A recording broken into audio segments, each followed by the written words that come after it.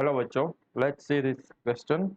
The question says two horizontal forces act on 2.5 kilogram chopping block that can slide over a frictionless kitchen counter which lies in a XY plane. One force is F1 is equal to 3n I cap plus 4n j cap. Find the acceleration of the chopping block in unit vector notation when the other force is F2 is equal to minus 3 I cap plus minus 4 j cap, and second one is minus 3 I cap plus 4 j cap, and another force acting on it is 3n I cap plus minus 4 j cap. तो मैं एक chopping block given है, जैसे kitchen के house hold में होता है, ठीक है। ऐसा कुछ मान लो स्क्वायर टाइप होता है वुडन का, एंड जो ये लाई कर रहा है, ठीक है, वो एक्स वाई प्लेन पे लाई कर रहा है ये वुडन ब्लॉक। मान लो एक्स है ना, ये है वाई, तो ऐसे पड़ा हुआ है। एंड एक जो फोर्स लग रहा है इस वुडन ब्लॉक पे, वो ऑलरेडी लग रहा है, F1 फोर्स इस पे ऑलरेडी लग रहा है। इस डायरेक्शन में है, ऊपर के डायरेक्शन में, ठीक है, यानी कि फर्स्ट प्लेन में लग रहा है कुछ एंगल बना के, मान लो इस डायरेक्शन में, तो F1 ऑलरेडी लग रहा है। एंड हमें क्या गिवन है कि F2 अलग अलग सिचुएशन में हमें गिवन है। तो ये वाला फोर्स है वो मान लो पहला केस है, ठीक है, हमें अलग अलग केस दिया है, ये सेकंड केस है, एंड जो ये थर्ड वाला ये थर्ड केस है, ठीक है, ये थर्ड केस है। तो फर्स्ट केस में जब इन ब्लॉक पर F2 is equal to minus 3 and minus 4, यानी कि फोर्थ क्वाड्रेंट में, ठीक है, सॉरी थर्ड क्वाड्रेंट में, मान लो कि ऐसे लगे पहले केस में, तब एक्सेलरेशन इस पर कितना होगा। एंड सेकंड केस में जब फोर्स माइनस 3 प्लस 4 जो यानी कि क्या कौन सा क्वाड्रेंट होगा, माइनस प्लस सेकंड क्वाड्रेंट, ठीक है। तो ऐसे लगे फोर्स, तब कितना एक्सेलरेशन होगा इस वुडन ब्लॉक पे। एंड जो थर्ड वन है, थर्ड केस 3 - 4 यानी कि फोर्थ क्वाड्रेंट, इस डायरेक्शन में फोर्स लगे तो कितना एक्सेलरेशन होगा हमें फाइंड करना है। तो हम इस प्रॉब्लम में जो कि कंसेप्ट यूज करने वाले हैं, जो जो कि होगा न्यूटन्स फोर्स लॉ का, न्यूटन्स फोर्स लॉ। तो क्या गिवन है कि summation of all external force is equal to its mass time acceleration.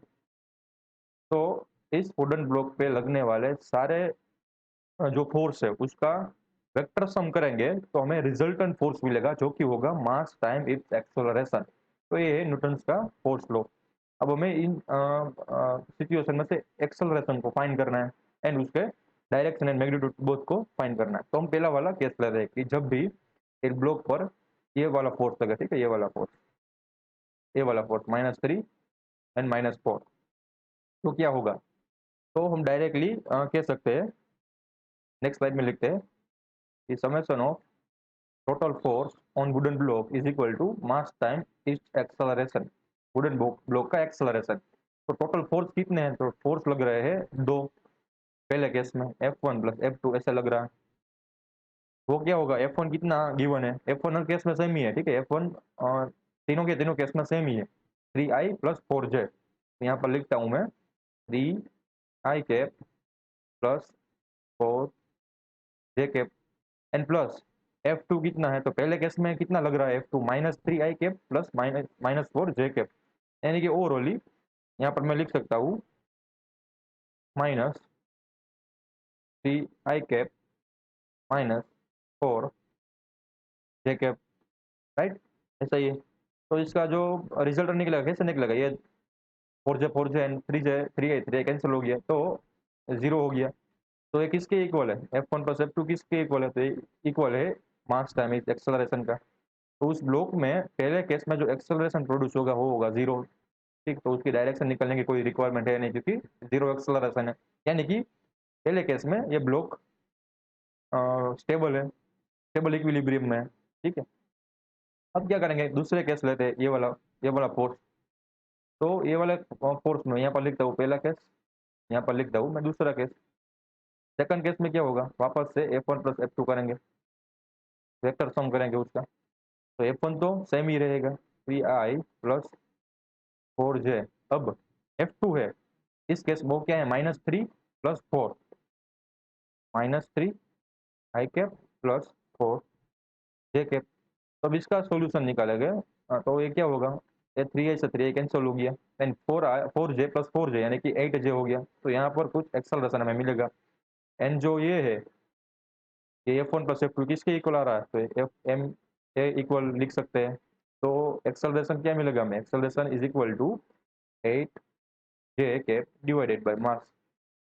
मास की वैल्यू कितनी गिवन है हमें, तो मास की वैल्यू गिवन है हमें 2.5 kg। तो यहाँ पर लिखते हैं 8 divided by 2.5 times J cap. तो 8 डिवाइडेड बाय 2.5 करेंगे तो हमें क्या आंसर मिलेगा, 3.2 मिलेगा, 3.2। एंड डायरेक्शन कौन से निकल के आ गई, जे कैप। तो हमारा सेकंड केस में जो एक्सेलरेशन आया वो आया 3.2 जे कैप। यहाँ पर मैं 3 को थोड़ा अच्छे से दिखा देते हैं, ठीक। अब थर्ड वाला केस लेते हैं। तो थर्ड वाला केस में भी सेम सिचुएशन रहेगी, F1 + F2 करेंगे। F1 तो सेम ही देगा, 3i + 4j, 3i + 4j। But जो F2 है वो है 3i cap plus minus 4j cap, ठीक। तो 3i - 4j, 3i cap -4j cap.